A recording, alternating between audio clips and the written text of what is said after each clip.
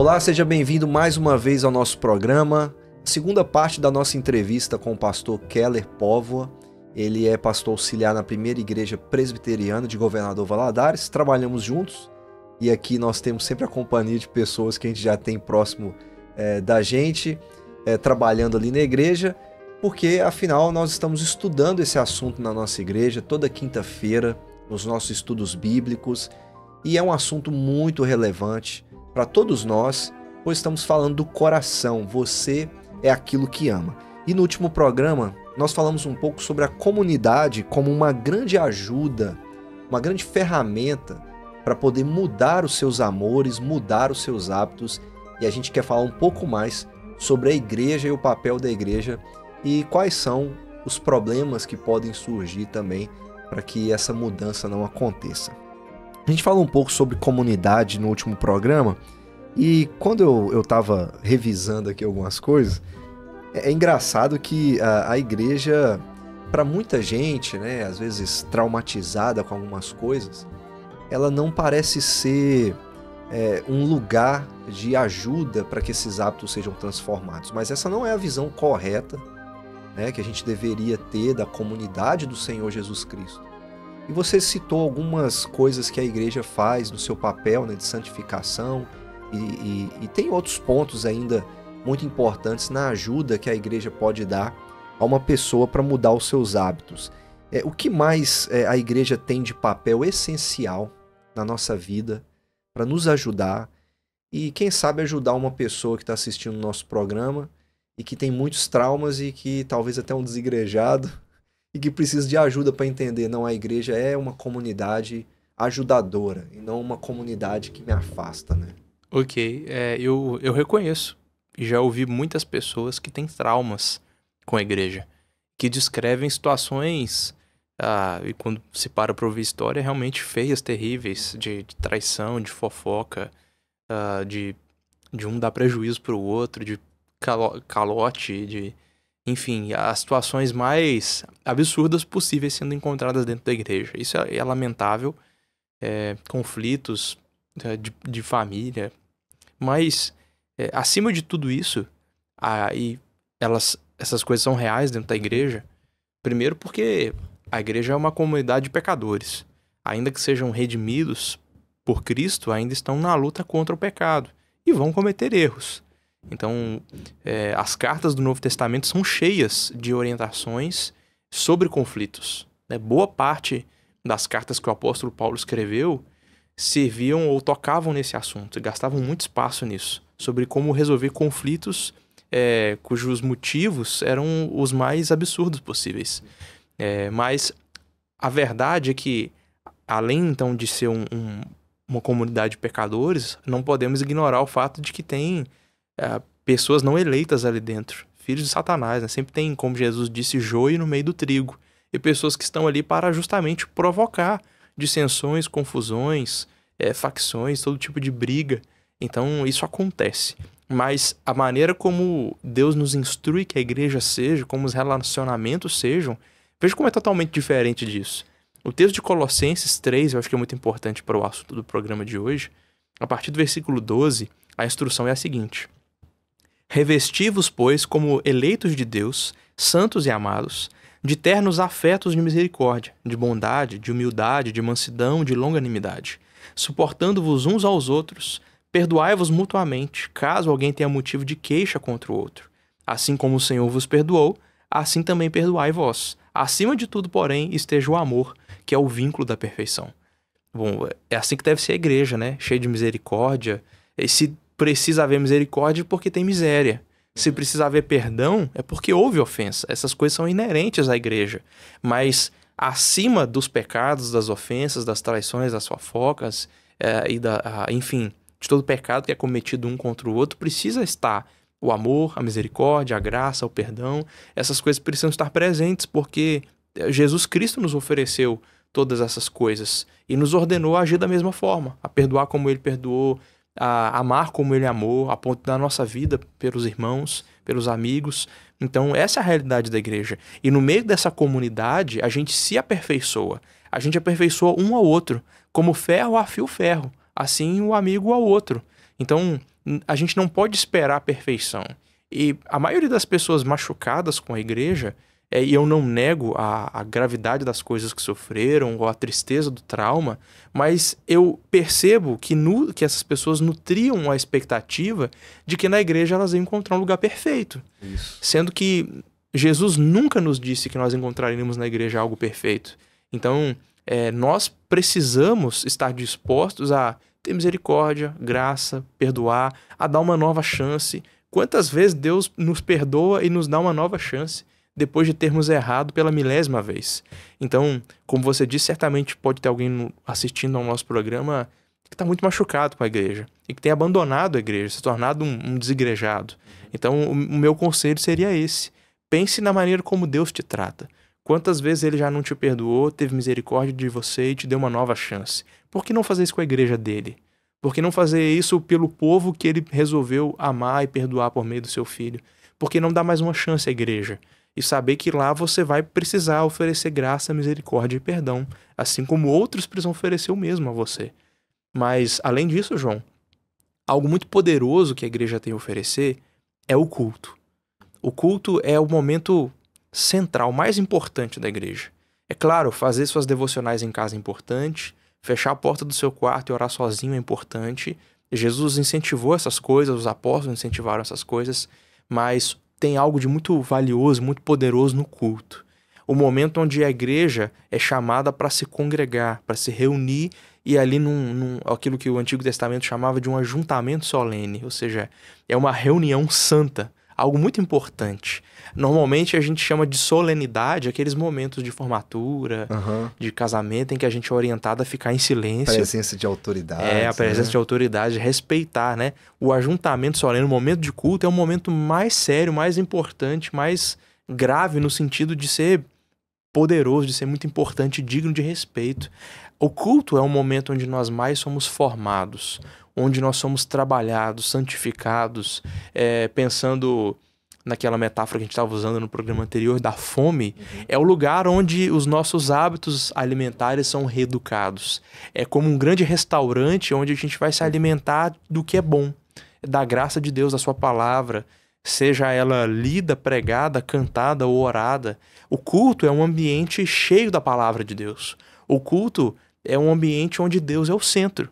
Diferente de todas as liturgias rivais que nós participamos no nosso dia a dia, onde nós somos o centro, onde os nossos interesses, vontades, prazeres e sonhos, onde a nossa vontade é o que importa. No culto, a gente chega lá e se esvazia dos nossos interesses. E o que é importante para nós fica de lado. E a gente deixa do lado de fora. E Deus se torna o centro de tudo. Ele é o grande assunto. Não as nossas vaidades, não os nossos desejos, não os nossos interesses, mas os de Deus. Onde a palavra dele é proclamada, é lida, onde o nome dele é louvado por meio dos cânticos, onde a gente conversa com ele por meio das orações, onde ele fala por meio da sua palavra, da pregação. Então Deus é o centro de tudo no culto. E nos expor a um momento tão importante desse, onde Deus é o centro, toda semana, domingo após domingo, repetindo de novo, de novo, de novo, de novo, como todo bom esporte, como todo bom hábito precisa de repetição, assim também ao nos expor repetidamente ao culto, isso vai fazer com que os nossos hábitos alimentares sejam mudados, com que o nosso desejo se volte para Deus. Outra ilustração bem comum que o autor do livro que a gente está estudando, James Smith, usa, é do coração como uma bússola, que ela aponta para o norte. E que norte é esse? É aquilo que a gente mais ama. O nosso maior amor, o nosso maior desejo, sonho, ele é como que o polo magnético que atrai, a nossa bússola aponta para ele e o nosso coração vai perseguir aquilo que a gente mais ama e mais deseja.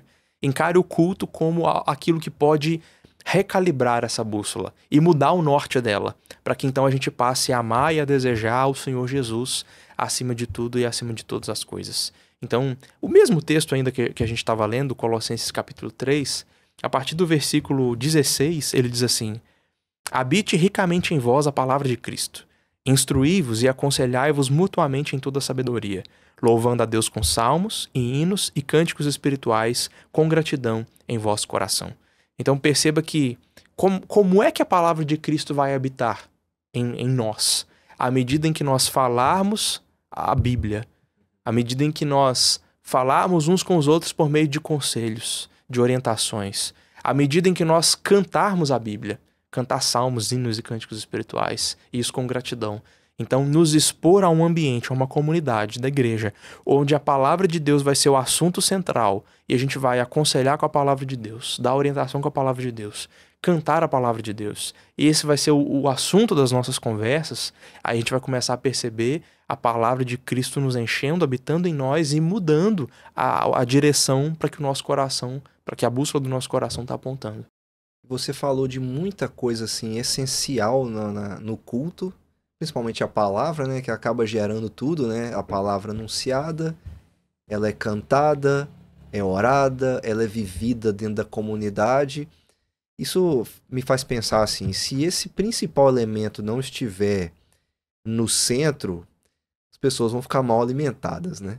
Elas não Sim. vão ser alimentadas corretamente. E aí você apontou algumas coisas interessantes, que é a visão correta do culto, mas infelizmente tem muita gente que tem uma visão muito equivocada do culto e que acha que tudo que acontece ali é para ela, né? Que se acontecer do jeito que eu quero, então eu estou bem alimentado. Isso é um problema, né? Isso é um obstáculo. Sim. Essa visão pode ser um problema, essa visão errada do culto. Pode ser um problema para que essa pessoa não seja corretamente alimentada e o seu norte, né, seja o Senhor, ao invés de outras coisas, né? Com certeza, João. Muitas pessoas veem o culto como um momento de recarregar as baterias, de renovar as forças. Deixa lá fora as coisas, né? De chegar depois de uma semana de estresse, de cansaço, de preocupação, de frustração, e chegar na igreja e o culto como que renovar suas forças, né? Isso é muito egoísta, né? O culto não é um posto de gasolina para se reabastecer, não é uma grande tomada para se recarregar. O culto não é sobre nós. O culto não é sobre as nossas necessidades, sobre nossas vontades. É sobre Deus. A pessoa dele é o centro. Ele está ali para ser exaltado. Nós nos reunimos em culto para obedecer ao mandamento de Deus de nos reunir e cultuar. E nós estamos ali para exaltar a Deus e não para sermos de alguma forma reabastecidos, né? E à medida em que a gente pensar no culto como algo que está ali para atender às nossas vontades e anseios, eu não vou entender como Deus pode agir no culto, através do culto na minha vida, para mudar os meus amores. Outras pessoas pensam no culto como um momento de ofertar algo a Deus. E é verdade que nós ofertamos, nós entregamos ali dízimos e ofertas, nós louvamos ao Senhor, né, que a Bíblia diz que os lábios que confessam, né, são um sacrifício que a gente oferece. A nossa vida, a gente ali para ofertar, é claro, tudo isso é verdade, mas não é a principal coisa no culto. Tem gente que acha que o culto se trata do que a gente tem a oferecer, a ofertar, a apresentar a Deus. E não é incomum ver em muitos cultos, em muitas igrejas por aí, momentos de apresentação, assim, de solos, de bandas tocando, de teatros acontecendo, como se o culto fosse um grande palco, um espetáculo, né? Onde nós nos apresentamos e Deus está na plateia assistindo, né? Eu ouvi alguém falar uma vez, eu acho que foi o Don Carson, tá? Ele falando assim, você tá aí pensando que Deus tá ansioso para chegar ao domingo para ouvir o seu solo de guitarra, né? Deus tá lá no céu assim, não vejo a hora do guitarrista fazer aquele solo daquela música. Tem gente que pensa assim, né? Sim. Infelizmente. E assim, se alguém tá no palco na hora do culto, não somos nós, é Deus. Uhum. Ele é o centro. É ele que deve chamar toda a atenção no culto. Quem tem que ser exaltado não é o guitarrista que faz o solo, ou quem quer que se apresente.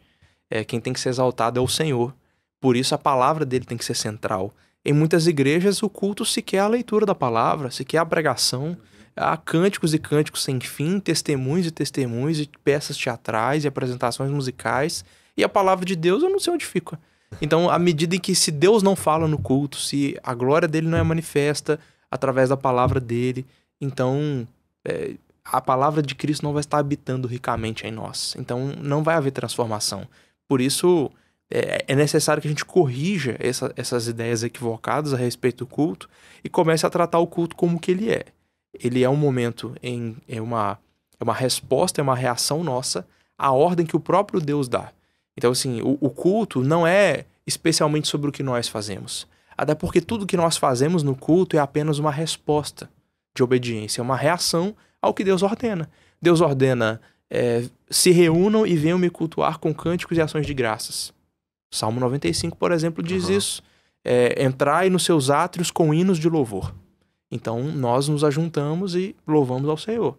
Ele ordena que a gente confesse os nossos pecados. Então, nós confessamos, reconhecemos que precisamos de Cristo. Então, ele nos fala a sua palavra através da pregação, nós ouvimos, ele nos envia ao mundo. Então, tudo é uma reação. Até as nossas orações e louvores e ofertas nada mais são do que respostas, do que reações ao que ele ordena. Nós não somos os protagonistas no culto, Deus é. E à medida que nós enxergarmos Deus como o principal no culto, nós entenderemos que o culto é sim o momento de ofertar a Deus a nossa adoração, nossa gratidão. É sim o momento de recebermos orientação para a nossa vida, consolo, conforto para aqueles que estão desamparados e cansados, mas, acima de tudo, o culto é sobre Deus. E ele não só recebe a nossa adoração, Deus age ativamente no culto. Ele está ali, por meio da sua palavra, nos educando, nos corrigindo, nos reeducando, reeducando os nossos amores, nos ensinando a amar Ele acima de todas as coisas. Deus está ali nos dando orientação, anunciando o seu evangelho para nós, as boas novas de perdão e salvação em Cristo, nos enviando ao mundo, nos ordenando a pregar toda criatura. Então, Deus está agindo no culto. Então, tratar o culto, enxergar o culto assim, vai contribuir para que a gente aproveite, experimente o culto como esse grande momento onde Deus vai retreinar o nosso coração, onde ele vai recalibrar a bússola, onde ele vai, assim, fazer uma reeducação alimentar em nós e nos ensinar a desejar e amar a ele acima de todas as coisas. Falando em bússola, tem um filme, eu gosto bastante dos Piratas do Caribe. E aí, quem já assistiu vai se lembrar que o protagonista, o Jack Sparrow, tem uma bússola misteriosa que não aponta para o norte. E durante todo o primeiro filme a gente fica intrigado por que o Jack olha tanto para aquela bússola. Que tanto ele corre atrás daquela bússola, sendo que ela não aponta para o norte. Então todo mundo achando que a bússola está quebrada. E aí acho que é só no segundo filme que a gente descobre que, na verdade, aquela bússola, realmente não aponta para o norte. Ela aponta para aquilo que você mais deseja. Por isso o pirata tá sempre olhando para a bússola. Só que nem sempre ele sabe o que ele mais deseja. Mas a bússola aponta. E ele segue a bússola para ver se ele encontra o que ele deseja.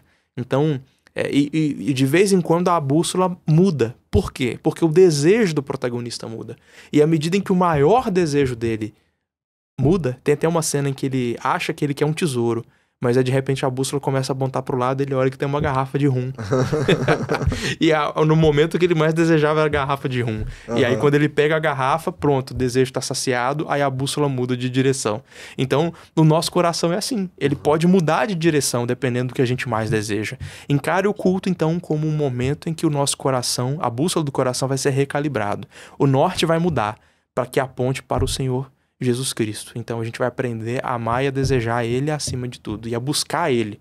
O que a gente deseja, a gente busca, né? Sim. Então seria por aí. Muito bom. Tem até um outro material que a gente está trabalhando com os líderes lá na igreja, e que o autor fala que o culto é o horário nobre da igreja. O domingo é o horário nobre. Sim. É onde todo mundo é treinado, capacitado em conjunto, né? E esse coração é recalibrado. Perfeito. Muito obrigado mais uma vez. A gente conversou muito sobre o coração, muito sobre o culto. Eu acredito que quem acompanhou a gente até aqui aprendeu alguma coisa e talvez aprendeu a necessidade ou recalibrar, mudar hábitos do coração, mudar amores. Ótimo. E encontrar na igreja uma resposta de uma comunidade de pecadores que pode te ajudar, né? Redimidos, mas pecadores. Sim. Muito obrigado mais uma vez. Obrigado pelo convite. Isso aí. E você que nos acompanhou até aqui, também o meu muito obrigado. Que Deus abençoe ricamente a sua vida. E nós não terminamos. Você não pode perder nosso próximo programa. Que Deus te abençoe e até a próxima.